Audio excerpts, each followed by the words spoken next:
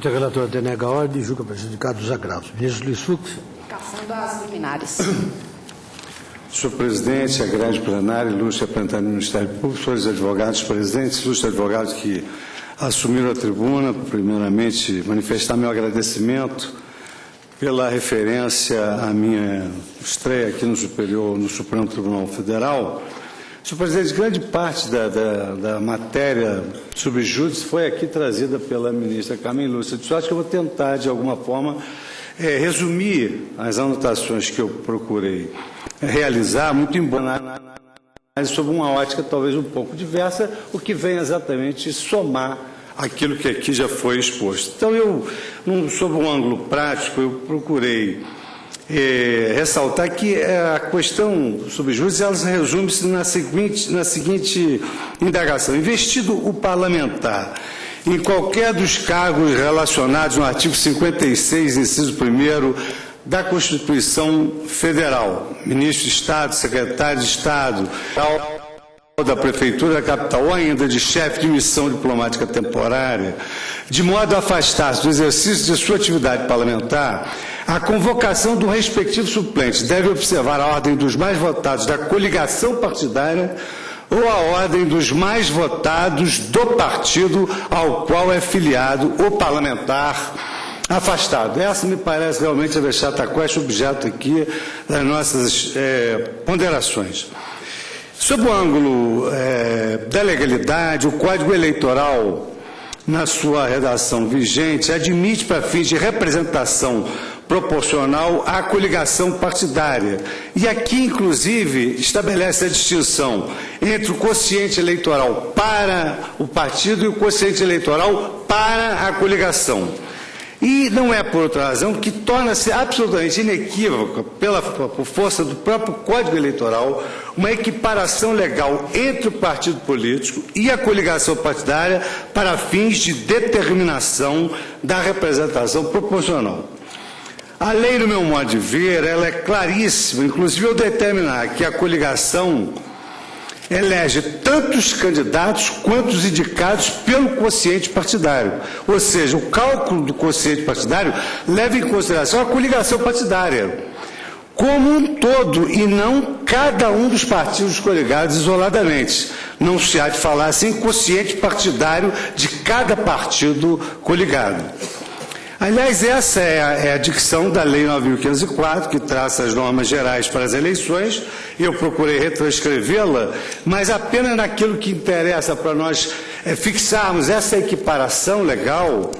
Eu destaquei no parágrafo 1º que a lei estabelece que a coligação terá denominação própria, que poderá ser a junção de todas as siglas dos partidos que a integrem, sendo a ela atribuídas as prerrogativas e obrigações dos partidos políticos no que se refere ao processo eleitoral, quer dizer, ao processo como um todo, devendo funcionar como um só partido. Está dito na lei que traça normas gerais eleitorais.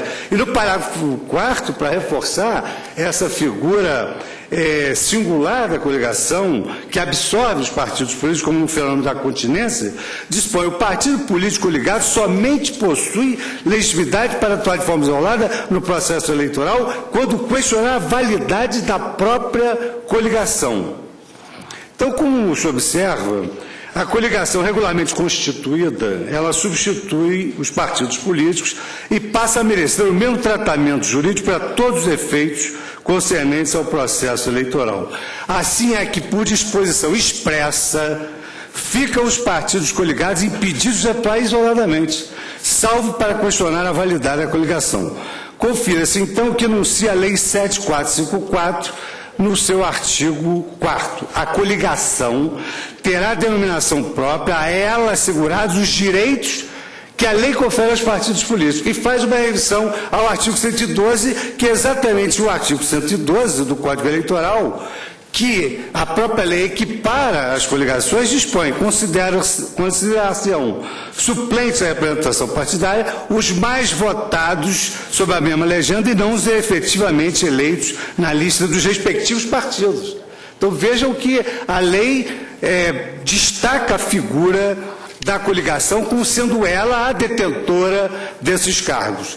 E a leitura isolada do artigo 112, evidentemente, ela isolada não com essa remissão da Lei 7454, ela poderia conduzir à conclusão de que os suplentes seriam eleitos em cada legenda isoladamente dentro da lista de cada partido. Mas essa compreensão, ela não resiste a uma interpretação sistemática das normas legais aplicáveis à espécie acima reproduzidas.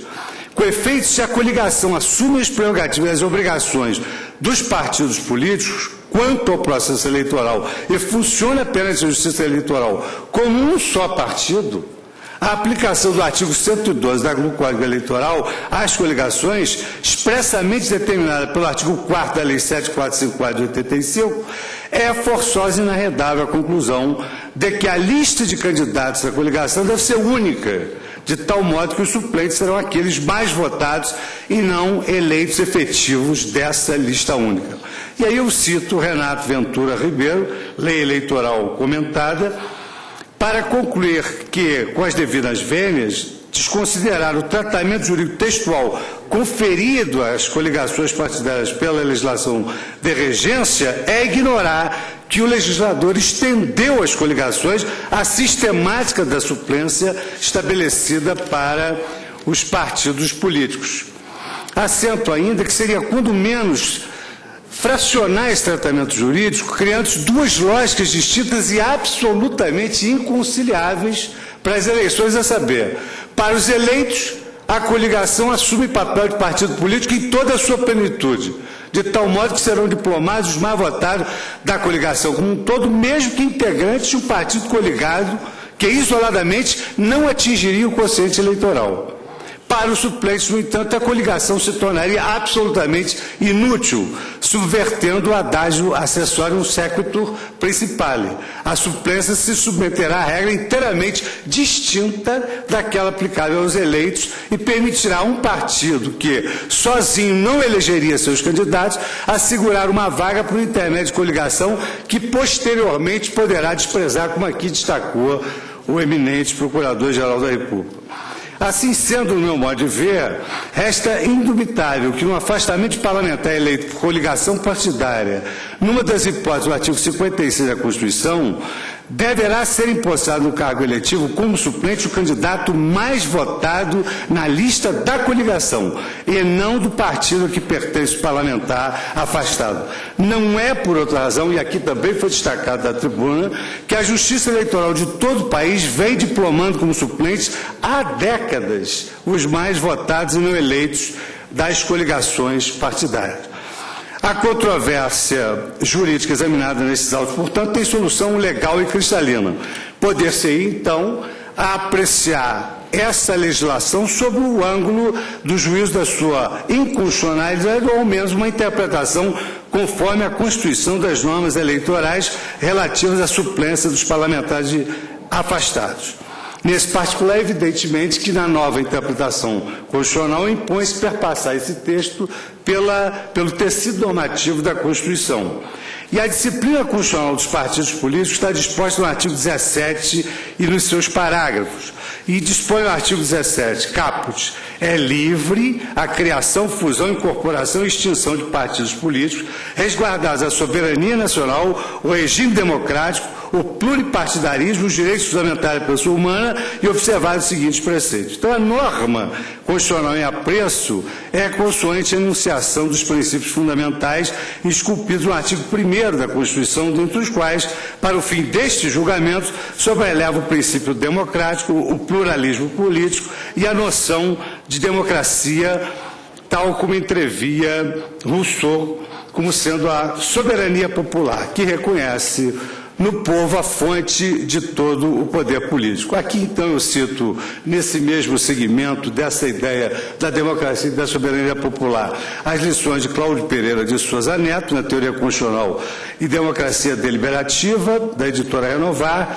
Cito a igualdade do professor Dalmo de Abreu Dalari nos elementos da teoria geral do Estado e acrescento com relação a esse pluripartidarismo, essa fusão de ideias dos partidos políticos que introjetam na coligação, que numa ambiência política democrática, os diversos segmentos sociais são livres e iguais para transmitir suas necessidades e anseios ao Estado e dele esperar a respectiva satisfação. E é nesse contexto que se põe o partido político e as coligações na preciosa e valiosa definição do professor José Afonso da Silva no seu curso de Direito Constitucional. Ainda sobre esse mesmo enfoque dos partidos políticos, da coligação partidária com a sua ambivalência política democrática de ideias e ideais, eu cito uma obra que tem, digamos assim, a sua distinção no cenário internacional constitucional, que é o Manual de Direito Constitucional, uma obra coletiva onde escreveram Conrad Hess, Ernst Benda e, notadamente no caso específico, o professor Dieter Grimm, que é natural que pela pluralidade de ideias e conceitos de informação e circulação na sociedade, distintos alinhamentos políticos e ideológicos se estabeleçam com a formação dos seus respectivos partidos políticos. O multipartidarismo ou pluripartidarismo, ora tomados como termos sinônimos, é, portanto, decorrência da própria característica plural de uma sociedade como a brasileira, que foi expressamente agasalhada pela Constituição de 1988. Acrescento ainda que não é suficiente que sejam apenas formalmente admitidos à participação quaisquer agremiações políticas, porque o jogo do poder deve ser organizado sob a perspectiva igualitária, subjacente à democracia. Isso já indica que os partidos pequenos que fazem parte da coligação não podem ser tratados distintamente dos partidos majoritários. Em outras palavras, é fundamental, sob o signo da democracia, assegurar a participação política das minorias também, e, sobretudo, do ponto de vista material, criando mecanismos, que é esse mecanismo que nós estamos agora a debater, que lhes garantam ser ouvidas e atuar concretamente na deliberação da política governamental. Não valeria de nada a coligação se esses membros da coligação não pudessem, a posteriori, participar dessa deliberação política governamental. E aqui, então, eu cito o professor Fernando Barbalho Martins, no Direito da Democracia, Neoconstitucionalismo, Princípio Democrático e a Crise do Sistema Representativo, inspirado no escolho de Ernst Wolfgang Bockendorff, comentando a questão da igualdade dos direitos de participação. Assim sendo, torna-se incorreta, mais do que meramente insuficiente, uma compreensão reducionista de que a democracia é a regra da maioria. Efetivamente, não é. A democracia constitucional veda a deliberação majoritária e a sumária desconsideração das minorias e, mais além, impõe a participação dos segmentos minoritários, como assenta na sua obra O que é a Democracia, Alain Touraine, na editora Vozes, 1996, página 29. Exatamente essa visão é que autoriza a formação de coligações partidárias, instrumentos importantes para garantir a participação dos partidos políticos minoritários. E aqui eu também cito a mesma bibliografia da ministra Carmen Lúcia, de José Jairo Gomes, na sua obra sobre o direito eleitoral, ressaltando ainda um escopo na visão do professor Renato Ventura Ribeiro, que a coligação partidária deve ser compreendida como uma ferramenta admitida pela legislação eleitoral para ampliação das possibilidades de participação dos partidos minoritários. Saltando um pouco, como antes salientado, a coligação partidária é o meio pelo qual o partido político de menor expressão, aproveitando-se do quociente partidário obtido pelos partidos coligados conjuntamente considerados, poderá eventualmente eleger candidato que, baseado num quociente partidário de sua agremiação política isoladamente considerada, não lograria êxito. Por essas tantas razões, não se vislumbra qualquer inconstitucionalidade nesses dispositivos da legislação eleitoral aplicáveis à espécie, nem tampouco na exegese que confere às coligações partidárias e não aos partidos coligados a vaga decorrente do afastamento parlamentar para exercício das funções relacionadas no artigo 56, inciso 1º da Constituição.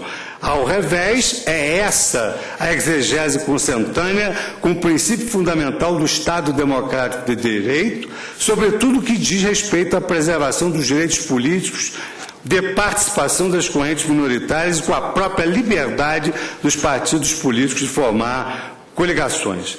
Vale dizer, ao criar mecanismos de garantia da representação dos partidos minoritários por meio das eleições proporcionais, a lei eleitoral efetiva a igualdade material que subjaz à democracia.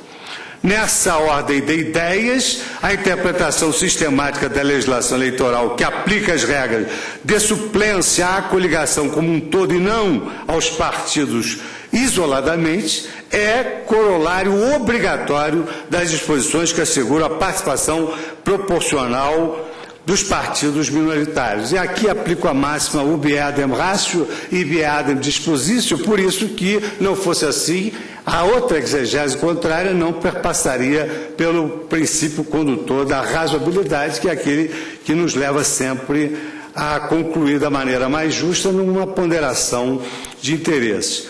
Afirmo ainda que há um aparente conflito, que a ministra Carmen Lúcia também citou, entre o partido e a coligação contra a suplência de parlamentar afastado, quando se baseia naqueles precedentes que versaram sobre infidelidade partidária, que não é o caso. Aliás, seria uma contradição em termos de falar em coligação partidária e infidelidade partidária.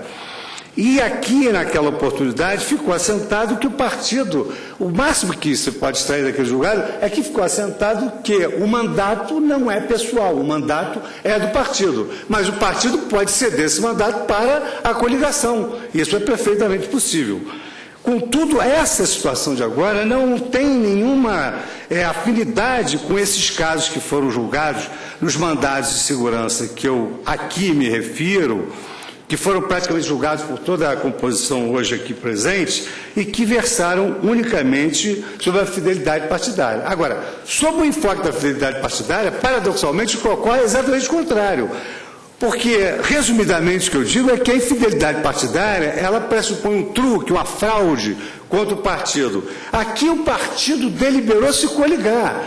E o candidato isolado que pretende fazer valer a sua pretensão individual contra a deliberação colegiada do seu partido é que está cometendo uma infidelidade partidária ao pretender algo que não foi ajustado no momento da coligação.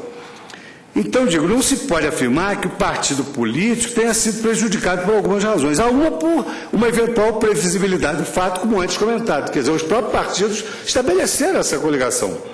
Há duas, porque eventualmente será do interesse do partido, na composição de forças políticas, que um de seus aliados exerça cargo no Poder Executivo da Unidade Federada.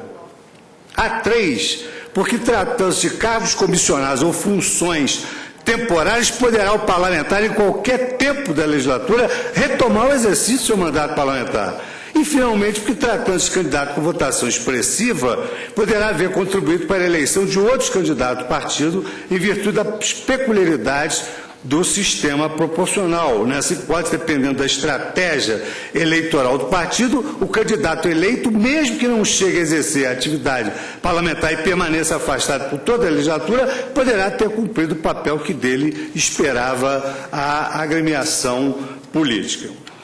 Nesse diapasão, a legitimidade dessa deliberação, quer dizer, contrária à coligação que foi travada e que já era pré-concebida e da ciência daquele parlamentar, a legitimidade dessa deliberação acarretará a ilegitimidade da pretensão de se estabelecer uma ordem de suplência exclusiva de cada partido, quando a ordem dos eleitos foi adotada considerando a coligação como um todo. Mais além, a pretensão em si mesma também se afigura espécie de infidelidade partidária, tão ou até mais, digamos assim, ardilosa do que a mudança escancarada da filiação partidária. No meu modo de ver, é pior do que sair do partido. Destarte decidir em erro por uma aplicação descontextualizada da conclusão de que o mandato pertence ao partido, no caso em apreço, e assim conceder a segurança, significaria, data máxima vênia, fazer tábula rasa da decisão partidária que aprovou a formação da coligação. E, ao mesmo tempo, negar aos partidos políticos a sua autonomia para adotar os critérios de escolha e regime de coligações partidárias consagradas na Constituição Federal. Demais disso, eu também consideraria, digamos assim, essa deslealdade bifronte, não só em relação ao próprio partido desse candidato, como também em relação aos partidos coligados que vão ser surpreendidos de forma reflexa.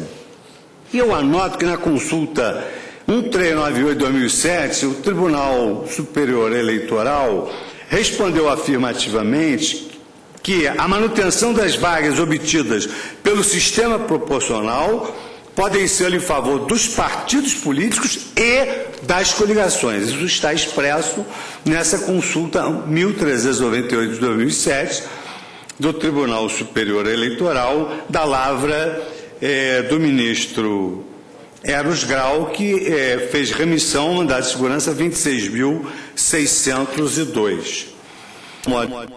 De ver, demonstrado está que os casos são completamente diferentes. A infidelidade partidária dessa questão da aproveitação da suplência pelo integrante da coligação. E assento que essa distinção ela foi registrada pelos eminentes ministros Ricardo Lewandowski e Celso Mello em decisões monocráticas nas quais foram indeferidas medidas liminares em mandados de segurança similares ao presente e esses mandados de segurança. Colho um trecho muito interessante da Rede Mundial de Computadores, de Rodrigo Cordeiro de Souza Rodrigues, exatamente sobre partidos e coligações de sucessão dos suplentes, quando afirma o ilustrado autor a impossibilidade de designação dos suplentes, de acordo com a lista de votação das coligações, poderá gerar situações iníquas, como aqui ressaltou o eminente Procurador-Geral da República, como, por exemplo, a diplomação como suplente de candidato que, apesar de filiado a partido majoritário da coligação, tem alcançado pessoalmente menos votos que um candidato da agremiação minoritária. Isto poderá significar, na prática, a exclusão de partidos de menor porte, cuja votação geral tenha sido pequena, mas cujos candidatos tenham obtido votações pessoais expressivas. Uma situação como essa representará a reedição por via transversa da cláusula de barreira, traduzida na possibilidade de se afastar o funcionamento de partido político em virtude do número de votos obtidos, hipótese flagrantemente contrária à liberdade dos partidos, consagrada no caput do artigo 17, e rechaçada à saciedade com fortíssimos argumentos, como de praxe, pelo eminente ministro Marco Aurélio na ADI 1351 e 1354. Por fim, eu ressalto que aqui foi muitas vezes utilizado esse argumento de que a coligação é mera pessoa jurídica pro tempore. E entendo que, efetivamente, o Procurador-Geral da República afastou completamente qualquer sofisma que se pudesse engendrar em torno dessa afirmação sedutora apenas formalmente, que a coligação ela é uma pessoa pro tempore, extinguindo-se com o fim das eleições, isto é, com a diplomação dos eleitos.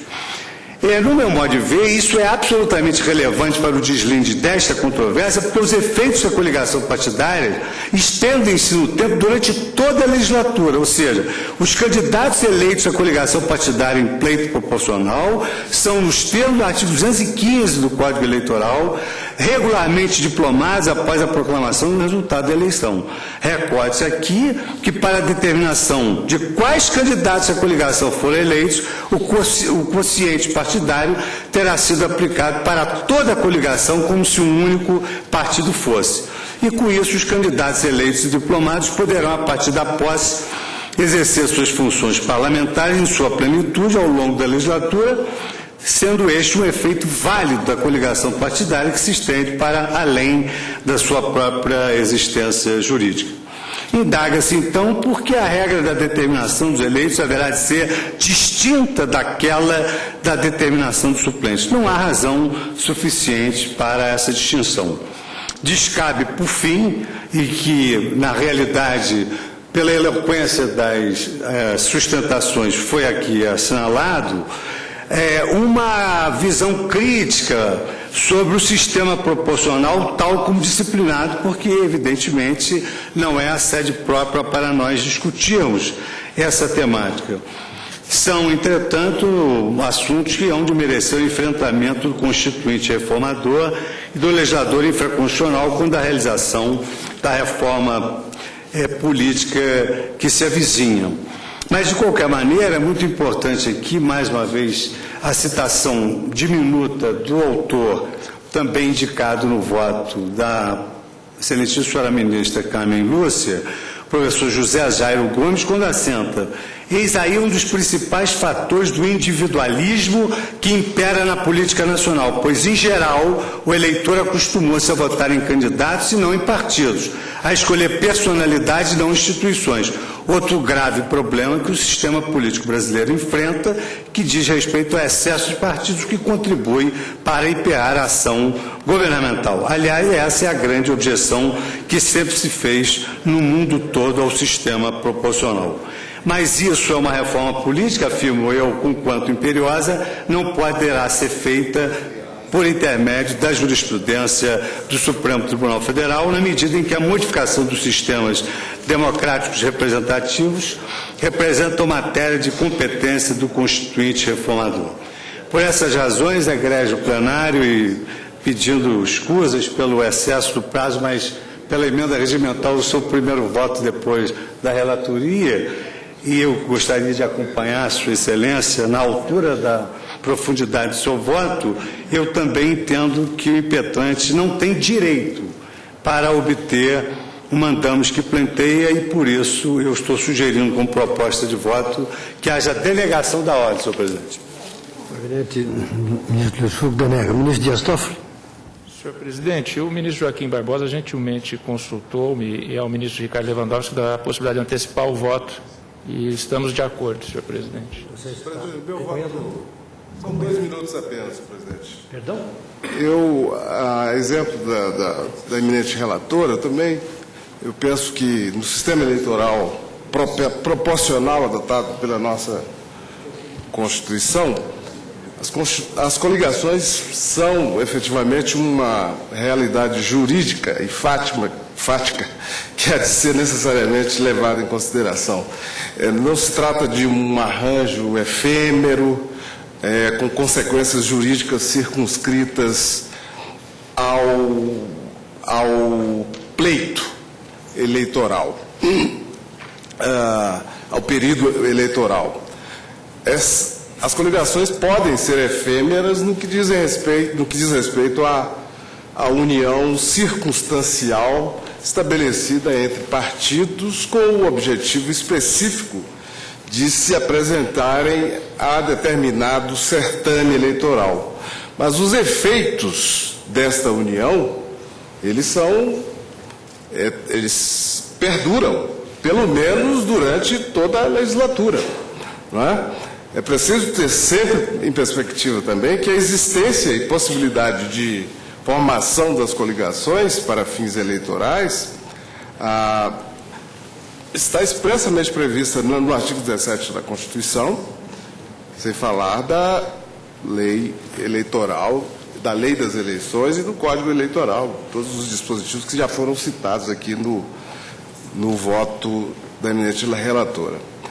E digo que a lei eleitoral, os seus artigos 105, 107, 108, e também o 112 citado aqui, disciplina minuciosamente as coligações, estabelecendo que, quando formadas por 2 ou mais partidos políticos, elas, de certo modo, fazem as vezes do partido político.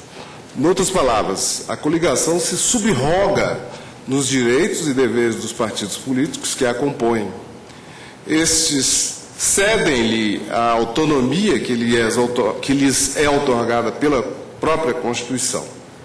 Não é por outra razão que o parágrafo 1º do artigo 6º da Lei 9.504 dispõe que a coligação terá denominação própria, que poderá ser a junção de todas as siglas dos partidos que a integram, sendo a ela atribuídas as prerrogativas e obrigações do partido político no que se refere ao processo eleitoral e devendo funcionar como um só partido. É preciso também ter em mente o que dispõe os artigos 107 do Código Eleitoral, dispositivos que estabelecem o modo de se calcular o quociente eleitoral, que no sistema proporcional é o critério decisivo a partir do qual se calculam quantas vagas devem ser atribuídas a cada agremiação partidária em cada pleito. Ora, segundo esses dispositivos, em caso de coligação, não há mais que se falar em partido, pois o quociente eleitoral passa a se referir à coligação. Portanto, senhor presidente, eu estou inteiramente convencido pelo voto da eminente relatora e acompanho a sua excelência. Dias Toffoli. Senhor presidente, eu vou resumir o meu voto que eu tenho e vou pedir as vênias para depois juntá-lo por escrito. Mas apenas muito rapidamente pontuar algumas questões.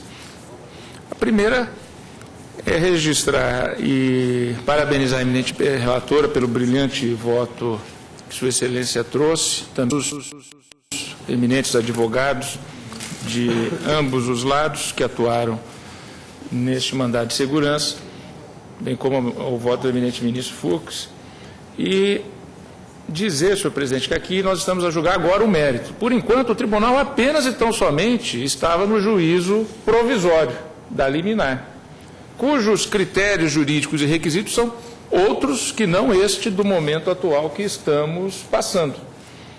Plenamente cabível e possível, portanto, e normal de se acontecer, como ocorre sempre, que algum ministro dessa corte conceda a liminar e, posteriormente, no mérito, altere aquele entendimento no sentido de vir a proferir um outro entendimento, porque os critérios e requisitos são outros. E, de qualquer sorte, senhor presidente, tenho aqui que a questão é singela e simples, como está no voto da eminente relatora. Não há ilegalidade ou abuso de poder no ato impugnado. Por que não há? Como já votaram no mandado de segurança que cito em meu voto, que já foi citado pela eminente relatora, que gentilmente fez essa citação daquele meu voto, é que o presidente da Câmara dos Deputados, assim como os presidentes de Assembleia Legislativa, de Câmara de Vereadores e da Câmara Legislativa do Distrito Federal, eles recebem uma lista do Poder Judiciário Eleitoral. E essa lista diz a ordem de sucessão. E essa lista é um ato jurídico perfeito, que a Constituição diz, no parágrafo 10 do artigo 14, a forma de ser impugnada, que é através da ação de impugnação de diploma, ou na forma do que dispõe o Código Eleitoral Brasileiro, através do recurso contra expedição de diploma. O mecanismo para se buscar o direito que se pretende com essa impetração, a meu ver, não é esse. Então, não seria o caso, a meu ver, como não o fiz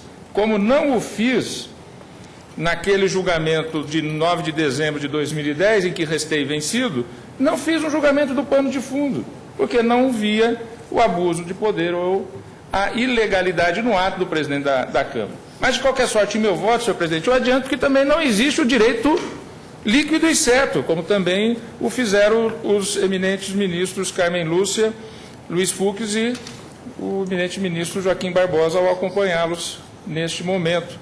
Não há o direito líquido e certo. Esse direito líquido e certo subverteria a ordem democrática. E já fiz várias manifestações no sentido de que o Poder Judiciário tem que ser extremamente cauteloso com a seara do voto popular. Os limites de intervenção no voto popular pelo Poder Judiciário devem ser mínimos e exclusivos quando estão afrontados os direitos fundamentais ou os valores descritos no parágrafo 9º do artigo 14 da Constituição Federal. É este o parâmetro. Nós não temos o poder de intervir na vontade popular. Me recordo, e fez parte daquela composição, o eminente ministro Gilmar Mendes, do Tribunal Superior Eleitoral, à época em que o ministro Humberto Gomes de Barros fazia parte do Tribunal Superior Eleitoral e era o corregedor da Justiça Eleitoral. E quem atuava naquela época na Justiça Eleitoral sempre ficava curioso de saber, porque Sua Excelência nunca cassava ninguém. Sempre era voto vencido quando tinha alguma cassação e nunca cassava nenhum prefeito, nenhum vereador, nenhum parlamentar impugnado. No último dia de sua participação no Tribunal Superior Eleitoral, teve-se então a resposta do porquê. Sua Excelência, naquela sessão dos cumprimentos, que se faz a despedida do colega que está deixando a corte, Sua Excelência, de motu próprio, disse: eu sei que muitos sempre ficaram curiosos por saber por que aqui atuei sem nunca ter votado pela cassação de algum mandatário diplomado e eleito. E disse Sua Excelência que o fizera porque ele passara grande parte de sua vida sob a ditadura e defendendo o direito do voto popular e da democracia. Cito essa passagem que Sua Excelência o ministro Humberto Gomes teve no Tribunal Superior Eleitoral para ressaltar o que eu tenho dito em outros pronunciamentos, em outras manifestações, no sentido de atuarmos com bastante responsabilidade quando entramos na seara do voto popular e da legitimidade democrática, até porque a gestão do voto popular pelo Poder Judiciário é algo praticamente exclusivo do Brasil. São poucos os países que têm essa gestão da administração das eleições. O Poder Judiciário Eleitoral no Brasil, ele tem dupla função. Ele é um Poder Judiciário, é uma justiça que cuida dos litígios, mas que, paralelamente, é uma agência que administra as eleições. Na grande parte dos países democráticos, na sua maior parte, quem administra as eleições ou é o Poder Executivo ou é o Poder Legislativo. Então, nós temos que ter todo o respeito com os poderes democráticos fundados no voto popular,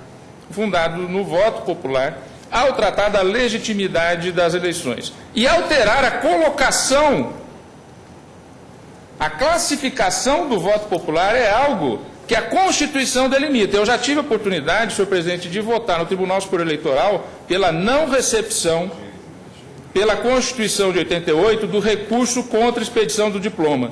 Porque, a meu ver, a Constituição de 1988 só admitiu uma forma de impugnação ao mandato popular, que é a do parágrafo 10 do artigo 14, que é a ação de impugnação do mandato eletivo, e que ela pressupõe, inclusive, o sigilo da ação. São questões que devemos refletir muito. Mas são questões, senhor presidente, que faço aqui rapidamente, desenvolvo do ponto de vista mais teórico, um pouco mais aprofundado isso, e vou então ao resumo. Então, não vejo direito líquido e certo. O diploma expedido é um ato jurídico que pode ser desfeito através da via própria prevista na Constituição, no parágrafo 10 do artigo 14, ação de impugnação de mandato eletivo.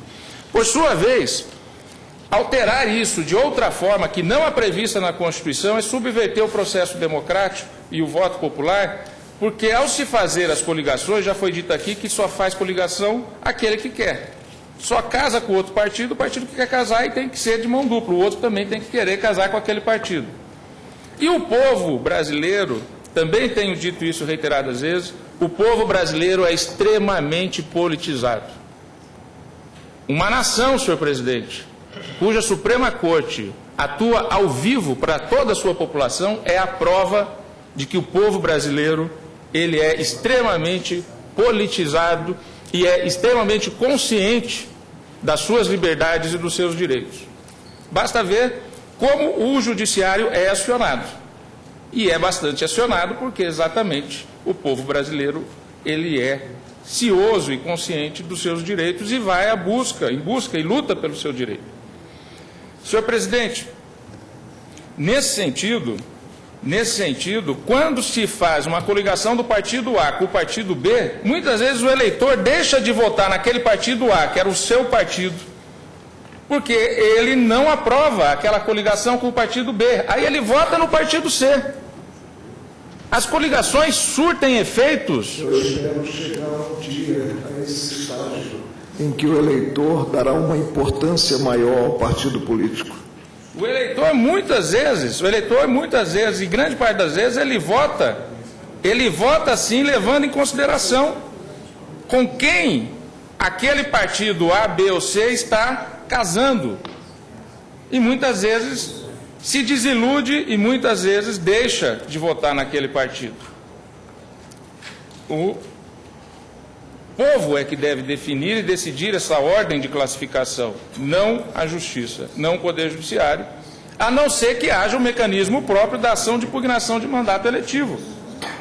Que é a única forma prevista na Constituição brasileira para desconstituir um diploma. E é isso que diz a Constituição brasileira no parágrafo 10. O mandato eletivo poderá ser impugnado ante a Justiça Eleitoral no prazo de 15 dias. Esse prazo é contado de quando? Diz a Constituição. 15 dias contados da diplomação. Essa é a forma de se alterar. E o que recebeu? O que recebeu aquele que é hoje o primeiro suplente de uma coligação? Ele recebeu um diploma dizendo que ele é o primeiro suplente. Isso é enviado pela Justiça Eleitoral aos parlamentos de todo o país. Os parlamentos de todo o país, com base nessa ordem, chama o primeiro, o segundo, o terceiro, conforme haja uma vaga, 2 vagas ou 3 vagas. E é nessa ordem que a Justiça, o próprio Judiciário, é verdade, numa função administrativa, o próprio Judiciário enunciou. Daí, senhor presidente, eu aprofundo a minha abordagem com questões relativas ao resultado prático de uma decisão de acatar a ordem. Isso, evidentemente, traz, no mundo político, uma alterabilidade e uma instabilidade extremamente grave. Tanto é que os governos de Estado, os prefeitos municipais, que já tinham situações consolidadas, tiveram que reajustar os seus secretários municipais, os seus governadores de Estado, em razão da insegurança que se criou sobre quem assume a suplência, quem assume o mandato numa Câmara de Vereadores, quem assume o mandato num deputado federal ou numa Assembleia Legislativa. Pois não. É verdade, e essa questão foi posta já anteriormente, e quando eu trouxe, inclusive, o pedido de liminar, naquela assentada de dezembro, eu chamava atenção para a mudança ocorrida a partir do entendimento deste tribunal e também do Tribunal Superior Eleitoral quanto ao tema da fidelidade partidária, quando se afirmou que o mandato pertencia ao partido. E, na ocasião, também eu tive a oportunidade de ressaltar que, nessa linha, e em razão dessa decisão, que traduz uma mudança significativa na nossa sistemática, não são poucos os políticos militantes que dizem que até aqui, pelo menos no contexto da Constituição de 88, foi a primeira grande reforma política realizada, essa revisão da jurisprudência, porque impossibilitou toda essa prática que os espanhóis chamam de transfugismo, em vernáculo troca-troca partidário, não é? Essa mudança trouxe consequências. Nós acompanhamos, na verdade, a discussão. O ministro Celso participou desse debate de forma efetiva em 1989, né, quando, pela primeira vez, o Tribunal se debruçou sobre a questão. E depois repetiu o entendimento majoritário. Na época, acho que foram 4 votos, né, no sentido... Acho que o ministro Carlos Madeira, o ministro Paulo Borsar, eu próprio, e tem a impressão de que é o ministro Sidney Sanches. Portanto, o ministro Celso é o único remanescente daquela composição que discutiu esse tema. Desde então, o tribunal pacificou a orientação até esse julgamento, a meu ver, modelar, talvez um dos mais expressivos tomados pelo tribunal na seara política. Isso tem implicações, que é realmente definir a quem pertence o mandato. O próprio TSE, eu dizia, numa das suas resoluções, chegou a afirmar e afirma que a mudança, a infidelidade partidária, portanto, no âmbito da coligação, configura também infidelidade partidária para os fins de perda do mandato. Então, veja que nós temos situações de difícil conciliação na sistemática. Agora, de fato, e dos votos todos precedentes, a partir do magnífico voto da eminente relatora, resulta claro que aqui também nós temos uma temática extremamente sensível de segurança jurídica. Claro, quer dizer, a verdade é que se tem praticado o Instituto da Coligação. Mas a pergunta, e eu acho que esse é o momento de reflexão, e é por isso que eu faço essa breve interrupção no seu voto, a pergunta é, se o tribunal avançou para discutir com a seriedade que fez, a partir do precedente, inicialmente, do ministro Marco Aurélio, naquele caso da chamada cláusula de barreira, quando os obter dicta indicavam que o tribunal iria rever a jurisprudência quanto à fidelidade partidária. Parece que aqui estamos diante, na verdade, de uma temática que, sem medo de errar, eu diria, pode traduzir até mesmo numa revisão, numa mutação constitucional. É nesse contexto que nós temos que, talvez, ler a realidade da coligação, porque, de fato, ela é algo desótico no sistema. Os estudiosos, depois nós vamos falar sobre isso, os estudiosos todos que lidam com esse tema, eu destaco o notável professor Walter Costa Porto, por exemplo, mostra que esse nosso modelo é um modelo muito singular, um modelo de lista aberta. E fica ainda mais singular, tanto é que se diz que existiria em algum momento mais um país que teria esse modelo, que é a Finlândia. Às vezes se aponta um ou outro, mas com singularidade. Agora, nós ainda introduzimos uma outra singularidade, que é a Alemanha também tem base proporcional. Sim, não, mas a base proporcional com lista fechada. Mas eu estou a dizer, é o modelo de lista aberta. Agora, dentro da lista aberta, nós colocamos a coligação. Portanto, ampliamos. E num sincretismo que somamos realidades muito diversas, como foi destacado da tribuna. E nós sabemos, as pesquisas indicam também, e é verdade, há um grau de conscientização política, mas ninguém consegue acompanhar este modelo, o que se efetiva nas eleições proporcionais. Ninguém consegue. Tanto é que todas as pesquisas que são feitas, depois de 2 meses, 3 meses, 1 ano, 2 anos das eleições, e se pergunta, às vezes, em quem votou para deputado federal, e há uma certa perplexidade. Agora, imagine como que esse eleitor vai fazer as conexões das implicações do seu voto nessa salada de letras que são as coligações.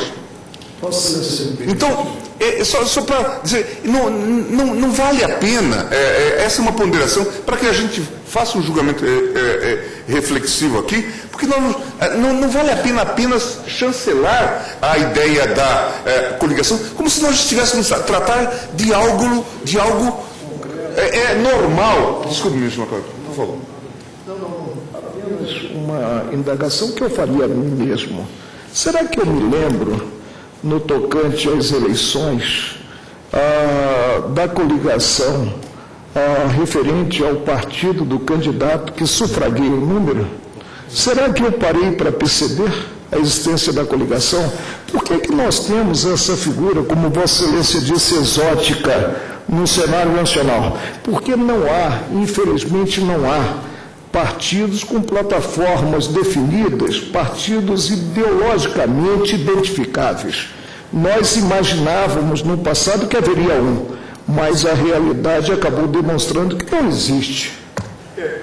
Então eu só queria concluir para clamar um pouco por uma atitude reflexiva em relação a esse tema, uma atitude crítica em relação a esse tema. Disse, mas aqui nós estamos a defender as minorias. Óbvio que as minorias podem ser defendidas de outra maneira, com a modelagem do próprio sistema eleitoral. Agora, eu não ignoro, e acho extremamente importante que nós não ignoremos, que há uma realidade em curso, que é uma realidade histórica, que é essa prática da coligação. Vossa Excelência permite?